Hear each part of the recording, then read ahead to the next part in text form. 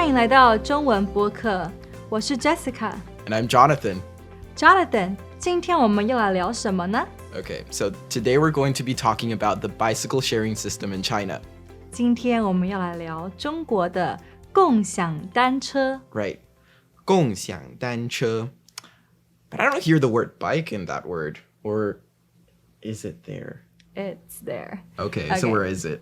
I'll break it down for you. 共享单车，共享 means to share, and 单车 means bike. Okay, so 单车 means bike. But I've heard other words for bike in China. Oh, I see. That's why you thought it wasn't there. Right. Okay. 单车, you can say 脚踏车, and more commonly used in China, you can say 自行车. Okay. Could you repeat that word a little slower for us, please? 自行车. Okay. 自行车. Did I say it right? Yes, very good. Awesome. All right, so let's get into our main topic for today. Today, we're going to be talking about the 4 steps that you have to follow in order to rent a bike in China. Let's hear them out. All right, so now let's look at the first step that we have to follow in order to rent a bike in China. So, Jessica, could you tell us what the first step is? Okay. 你应该先付押金. Okay. 你应该先付押金. 对，先付押金。先付押金. All right, so what does 付押金 mean? 付押金, 付 means to pay, and 押金 is like deposit money. So 付押金 just means you have to first pay the deposit money. Okay, so in this case, we're using 付押金 for bikes, but can we also use this in any other kind of situation?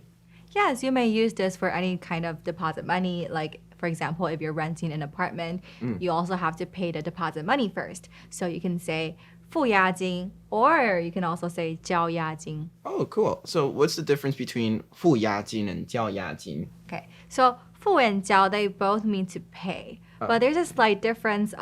For 交, it's a little bit more informal and colloquial. And for 付押金, the 付, it's more common in written and spoken Chinese. Well, that's good to know then. All right, so now let's look at the second step that we have to follow in order to rent a bike in China. 好，那我们来复习一下。你应该要先付押金，再充值。 Right, so the next word that we're going to learn is 充值. So what does 充值 mean? 充值 means to add money to a service. Okay. And I think there's another word in China that we use for 充值. Could you tell us what it is? 对，你可以说充值，也可以说加值。 Oh, perfect. So is there a sentence structure that we can follow if we want to say that I want to add money to my Metro card, or I want to add money to my SIM card or phone card?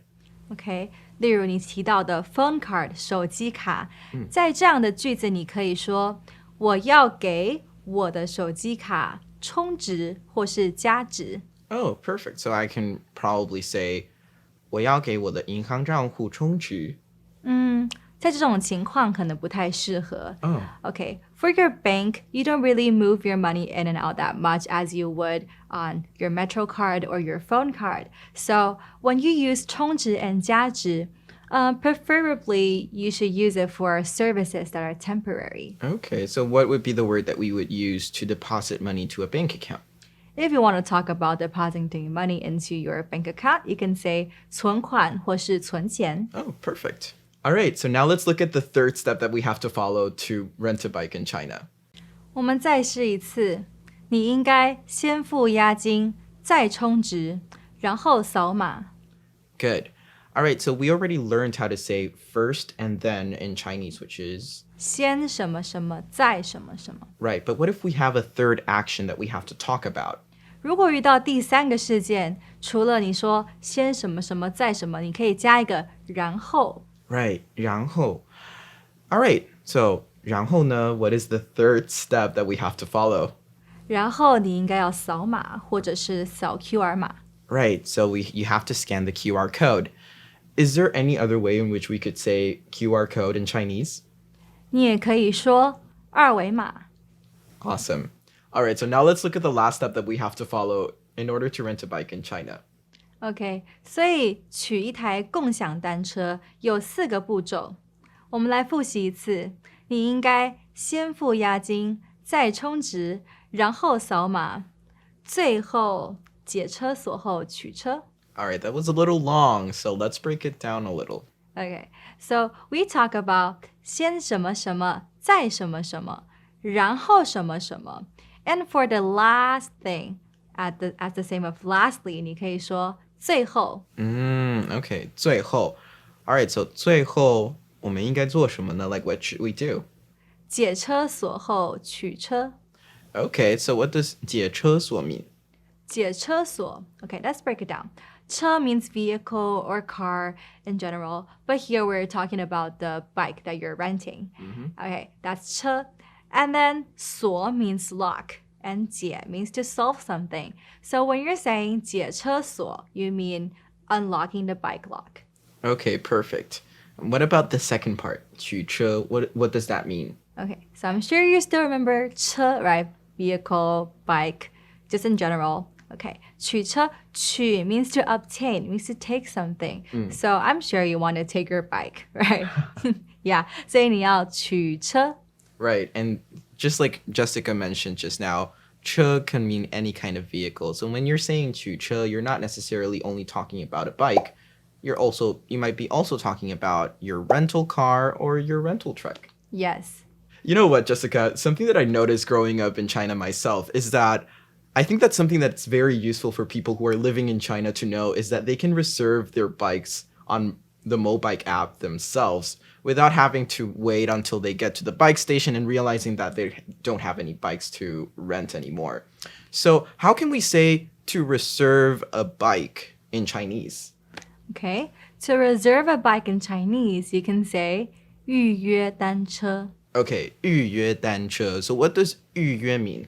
预约 means to reserve or to make an appointment beforehand. So you're basically making an appointment with your bicycle in this case. Yeah, you may say that. Right, and we can use 预约 like when you want to make a doctor's appointment. Yes, or if you're booking a restaurant. Right. You know, another pointer that I wanted to give is that I've noticed that in Chinese, when we have two-syllable verbs like 预约, we usually like to put these verbs with two-syllable nouns. So just to illustrate it, like we usually don't say 预约自行车 or 预约脚踏车. It's not that it's wrong, but I've noticed that most people prefer to say 预约单车 because, well, you have a two-syllable verb and a two-syllable noun, and it sounds better like that. Yeah. 所以就像我们前面提到的共享单车. In this case, we're just switching the 共享 into 预约, so we call it 预约单车. 我们今天学了好多东西，让我们来复习一下。Let's do a quick review. 今天我们学到租借共享单车的4个步骤。第一，你应该先付押金。 Right, so you have to first pay for the deposit money, 再充值， and then add money. 然后扫码， After that, scan the QR code. 最后解车锁取车。 And lastly, you have to unlock the bike lock and grab your bike. And if you want to reserve a bike, you can say, 预约单车。 right. I hope that today's video was useful for you guys. And please remember that if you want to reserve a bike or 预约单车, you can always use the app that I personally use, Mobike. 谢谢你们今天和我们一起收看中文播客。We would love to hear about your experiences on the Chinese bike sharing system. And feel free to leave your stories down below on the comment section. And don't forget to like and subscribe to our channel.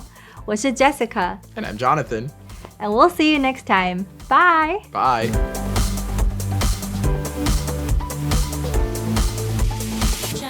Chinese pod.